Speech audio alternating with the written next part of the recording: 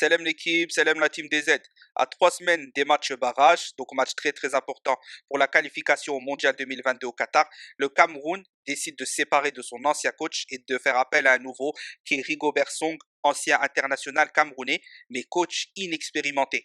On va voir que c'est une arme à double tranchant, un choix à double tranchant. Je vais vous expliquer pourquoi. Juste avant ça, si vous voulez suivre l'actualité autour de la sélection algérienne de football, je vous invite à vous abonner si ce n'est pas déjà fait, à mettre le petit pouce bleu pour soutenir la chaîne et à participer en commentaire, me donner votre avis sur tout ça, sur ce sujet. Bref, déjà commençons par le principal, qui est Rigobert Song. Rigobert Song, pardon, joueur qui a joué à peu près de 92-93 à 2010. Il était défenseur central, il est passé par plusieurs clubs, donc Metz, Liverpool, Galatasaray par exemple, et il a gagné 2 fois la Coupe d'Afrique des Nations en 2000 et en 2002 avec le Cameroun. Ça, c'est en tant que joueur. Mais en tant qu'entraîneur, c'est faible. Malheureusement, c'est faible. Et c'est là où ce choix me surprend. D'autant plus parce que déjà, tu as 3 semaines et tu prends un coach qui n'a rien fait en Afrique, qui n'a vraiment rien fait en Afrique. Il est coach depuis 2018 de la sélection olympique du Cameroun. En tant qu'entraîneur, c'est une CAN 2018 éliminée au premier tour, 0 victoire, et une CAN U23 éliminée au premier tour, 0 victoire. Quand tu compares ça avec Belmadi, tu te dis que c'est très très faible. C'est très très faible. Il y a un monde d'écart tactique entre Belmadi et Rigobert Song. Et là, c'est là où tu te poses la question. Est-ce que le Cameroun nous a pas sous-estimé? Est-ce que le Cameroun n'est pas en train de sous-estimer Belmadi avec cette dernière CAN? Est-ce que le Cameroun n'est pas en train de sous-estimer l'Algérie avec cette dernière CAN? Je ne sais pas. C'est un choix qui est possible. Je ne sais pas ce que vous en pensez. N'hésitez pas à me le dire dans le commentaire. Mais moi, je trouve ça très, très bizarre. Ou ça peut être à double tranchant et ça peut totalement fausser Belmadi, le piéger. Tout simplement pourquoi? Or, expérience, etc. On sait que Belmadi l'a dit dans sa dernière conférence de presse, il a étudié tous les matchs du Cameroun. Mais le Cameroun de Conceição et le Cameroun de Rigobert Song, ça n'aura rien à voir. On va prendre un exemple tout bête. Coman au Barça et Xavi au Barça, c'est pas la même chose. Le style de jeu n'est pas pareil. La façon de jouer n'est pas pareille. L'approche n'est pas pareille. Le jeu du Cameroun, on le connaissait.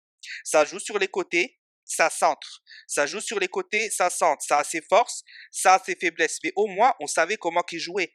Donc, c'était déjà plus facile pour Belmadi d'analyser ça. Mais là, c'est le grand inconnu. Est-ce que Rigobert Song va nous faire du tiki-taka? Je dis n'importe quoi. Est-ce que Rigobert Song va continuer à jouer pareil? Est-ce que Rigobert Song va densifier le milieu de terrain et va se focaliser sur l'axe? On n'en sait rien. On n'en sait rien. Et je ne sais même pas si les matchs de CHAN 2018 et de la CAN U23 pour essayer à peu près de voir la tactique de Rigobert Song sont disponibles ou pas. Est-ce qu'il aura le temps de les étudier ou pas? Ou est-ce qu'il a autre chose à faire, à se concentrer sur autre chose? Les individualités restent, mais la tactique peut être totalement différente. Donc là, Belmadi peut clairement se faire piéger. Clairement, c'est une possibilité comme une autre. Le Cameroun, c'est une grande nation du football. Ils savent très bien gérer ces matchs-là, peu importe le coach, peu importe l'entraîneur. Mais oui, ça, je suis d'accord. Bien évidemment, j'ai toujours dit, le Cameroun, si on doit la classer, c'est numéro un en Afrique. Si on prend la scène continentale plus internationale et qu'on fait un bilan des équipes africaines, le Cameroun, c'est numéro un en Afrique. Ça, moi, je signe tout de suite pour le dire. Mais maintenant, quand même, elle m'a dit, c'est pareil en termes de coaching. Il détient le record africain de matchs invaincus. En Coupe d'Asie, il a fait une saison sans jamais perdre un match. Avec l'Algérie, pendant 3 ans, on a fait tout ce qu'on devait faire. Certes, il y a un passage à vide. Certes, il y a du mal en ce moment. Mais honnêtement, là, l'écart de palmarès en termes de coaching, entre Rigobert Song et Belmadi, il y a un monde d'écart. Il y a une montagne d'écart. Donc, c'est très, très surprenant. Très, très surprenant. Mais comme je l'ai dit précédemment, c'est à double tranchant. Soit le Cameroun nous sous-estime, nous, en tant que nation, et sous-estime notre coach et nos joueurs. Et là, tant mieux, c'est tout bénef pour nous. Parce que quand on est sous-estimé, c'est là où on est le meilleur.